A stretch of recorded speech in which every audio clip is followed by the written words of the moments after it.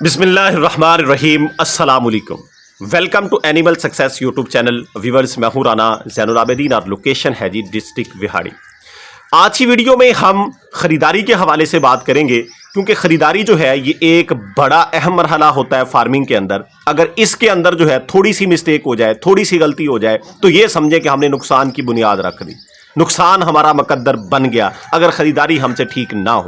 تو خریداری کے اندر جو ہے بعض دفعہ بہت سے سکیم بھی ہمارے ساتھ ہو جاتے ہیں، دھوکہ ہو جاتا ہے کہ جانور جو ہے وہ افیکٹڈ ہوتا ہے اور ہم اس کی پرچیزنگ کر لیتے ہیں اور گھر آ کے ہمیں پتہ چلتا ہے کہ ہم یہ کر آئے ہیں، تو اس وقت جو ہے سوائے پچھتاوے کے ہم کچھ نہیں کر سکتے ہوتے۔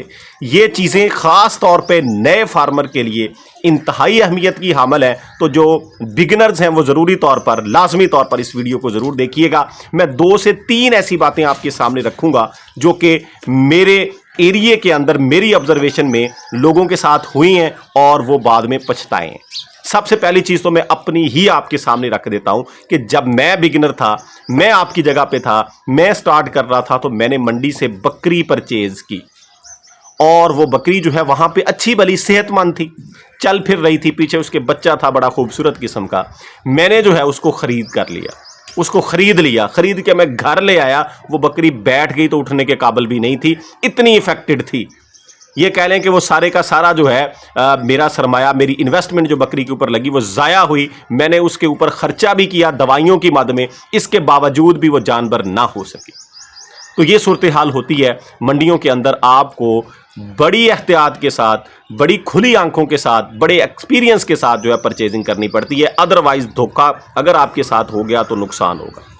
اسی طریقہ کار سے بھی کل کی بات ہے، میری ایریے میں منڈی تھی، میں وہاں پہ گیا تو ایک بچہ تھا، وہ مجھے ملا ظاہری بات ہے کہ وہ میرا چینل دیکھتا تھا۔ اس نے کہا جی میں آپ کا چینل دیکھتا ہوں، ہم منڈی میں آئے ہیں اور ہم نے یہ بکری خریدی ہے اور ہمارے ساتھ دھوکہ ہو گیا۔ کیا دھوکہ ہو گیا جی؟ انہوں نے چیک ہی نہیں کیا، بکری جو ہے اس کا ایک تھن ٹھیک تھا اور دوسرے تھن میں سے بلڈ آ رہا تھا، اور وہ ویسے بھی دوسرے تھن سے اس کا پورا ہوانہ جو ہے وہ اس طرح کا تھا کہ افیکٹڈ تھا۔ یہ کہہ لیں کہ مسٹائٹس تھا، ساڑو تھا بڑا شدید قسم کا، اور انہوں نے جو ہے وہ صحت مند دیکھ کے، اس کی صحت اچھی تھی، نیچے سے ہوانہ دودھ وغیرہ روک کے انہوں نے برابر کیا ہوا تھا، انہوں نے دیکھا اور ان کو بیچنے والا بیچ کے وہاں سے نکل گیا، بعد میں وہ ملا ہی نہیں۔ تو یہ چیزیں بھی اپنے مائنڈ کے اندر رکھیں کہ آپ نے ہر لحاظ سے جانور کو چیک کرنا ہے۔ اب ایک بڑا دلچسپ واقعہ جو میرے ایریے میں ہوا، اس طرح کا واقعہ میں نے پہلے جو ہے وہ کبھی نہ سنا نہ دیکھا، کہ ایک بڑا جانور گائے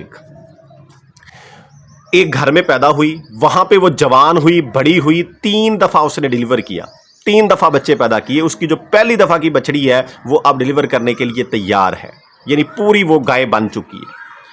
اب وہ جو گائے تھی، یعنی جس کے وہ بچے ہیں، بڑی گائے جس نے 3 دفعہ ڈیلیور کیا، اس کو بیچ دیا انہوں نے۔ ایک بیپاری نے اس کا سودا کر لیا، 4 لاکھ میں وہ سیل آؤٹ ہو گئی۔ 4 لاکھ روپے میں اس گائے کا سودا طے ہو گیا، اور اس بیپاری نے آگے ویڈیو کے اوپر ہی یا کسی کو دکھا کے وہاں پہ اس گھر میں کھڑے ہی اس کا سودا آگے کر دیا، یعنی 3rd پرسن کو بیچ دیا۔ پہلا بندہ وہ جو اب بیچ رہا ہے، دوسرا جس نے خریدی، اور تیسرا جس کو وہ دوبارہ بک رہی۔ اور گائے وہ وہاں سے پہلے گھر سے سیدھی تیسرے میں، یعنی بیپاری نے اس کے اندر مڈل مین کا کردار ادا کیا۔ جب وہ اس گھر میں گائے گئی تو تقریباً آدھے یا گھنٹے کے بعد، آدھا گھنٹہ یا پونا گھنٹہ، 30 سے 45 منٹ کے بعد ہی کال آ گئی کہ آپ کی گائے جو ہے وہ اندھی ہے، نابینی ہے، اس کو نظر نہیں آتا۔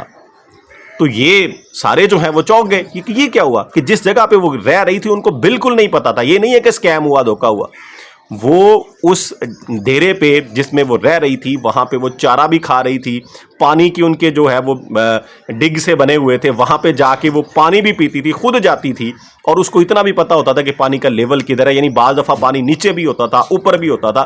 وہ مالک بھی پریشان ہو گیا کہ یہ کیا ہے، وہ نہیں مان رہا تھا کہ میری گائے جو ہے وہ اندھی ہے۔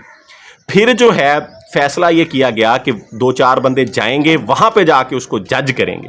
اگر اس طرح کی صورتحال ہوئی تو گائے جو ہے اس کو واپس کیا جائے گا، یا پھر اس کی قیمت جو ہے جو 4 لاکھ میں وہ سیل آؤٹ ہوئی ہے اس کو لیس کیا جائے گا 50,000 جو۔ تو وہاں جا کے جس کے گھر میں وہ پہنچی تھی وہاں جا کے اس کو چیک کیا گیا، گائے دونوں آنکھوں سے اندھی تھی، اس کو بالکل بھی نظر نہیں آتا تھا ہوا یہ، جب وہ ادھر گئی ان کے گھر میں، وہ لے کے گئے، جاتے ہی وہ گائے جو ہے چارپائی پہ چڑھ گئی، یعنی اسے یہی نہیں پتا کہ میرے راستے میں یہ آ گیا۔ اس سے انہوں نے اس کو چیک کرنا شروع کیا، اس کی آنکھوں کو جج کیا تو وہ اندھی نکلی، نابینا نکلی۔ تو جس جگہ پہ وہ رہ رہی تھی ان کو اس چیز کا علم ہی نہیں تھا، اب یہ نہیں پتا کہ وہ کب سے اس طرح کے ڈیسیز کے اندر وہ مبتلا تھی، اس کا کوئی نہیں پتا، لیکن جو پھر بات طے ہوئی تھی اس کے مطابق جو ہے اس کی قیمت کم کی گئی۔ تو اس طرح بھی ہو جاتا ہے۔ یہ بات میں آپ کے سامنے اس لیے رکھ رہا ہوں کہ جو اس طرح کے واقعات ہوتے ہیں آپ پرچیزنگ کے وقت ان کو اپنے مائنڈ میں رکھیں تاکہ ان چیزوں کو آپ اچھے طریقے سے چیک کر لیں، کوئی غلطی جو ہے وہ سرزد نہ ہو، تاکہ بعد میں جو ہے ہم پچھتانا ہمیں نہ پڑے، ہم جو ہے اچھی خریداری کر لیں۔ اس لیے یہ چیزیں جو ہے میں آپ کے سامنے رکھ رہا ہوں۔ اور جب ہم سیل آؤٹ کرتے ہیں، اب ایک اور واقعہ میرے مائنڈ میں آ گیا، وہ بھی میرے ایریے کا ہی ہے۔ یہاں سے بندہ جو ہے وہ بکرے لے کر نا، ایک سادہ جو عام کسان ہے اس نے بکرے پالے، وہ لے کے لاہور چلا گیا کہ میں وہاں پہ جا کے جو ہے ان کو سیل آؤٹ کر دوں۔ یعنی کس طرح کے اسکیم، کس طرح کے فراڈ، کس طرح کے دھوکے جو ہیں یہاں پہ ہو رہے ہیں، ہم نے سب سے اویئر رہنا ہے۔ ہمیں جو ہے آگاہی ہونی چاہیے کہ اس طرح بھی ہو سکتا ہے، تاکہ ہم اپنے آپ کو تیار رکھیں۔ انہی سے یہ ایک جڑی ہوئی بات میرے مائنڈ میں آئی تو میں نے یہ سوچا کہ آپ کے سامنے یہ بھی رکھ دوں۔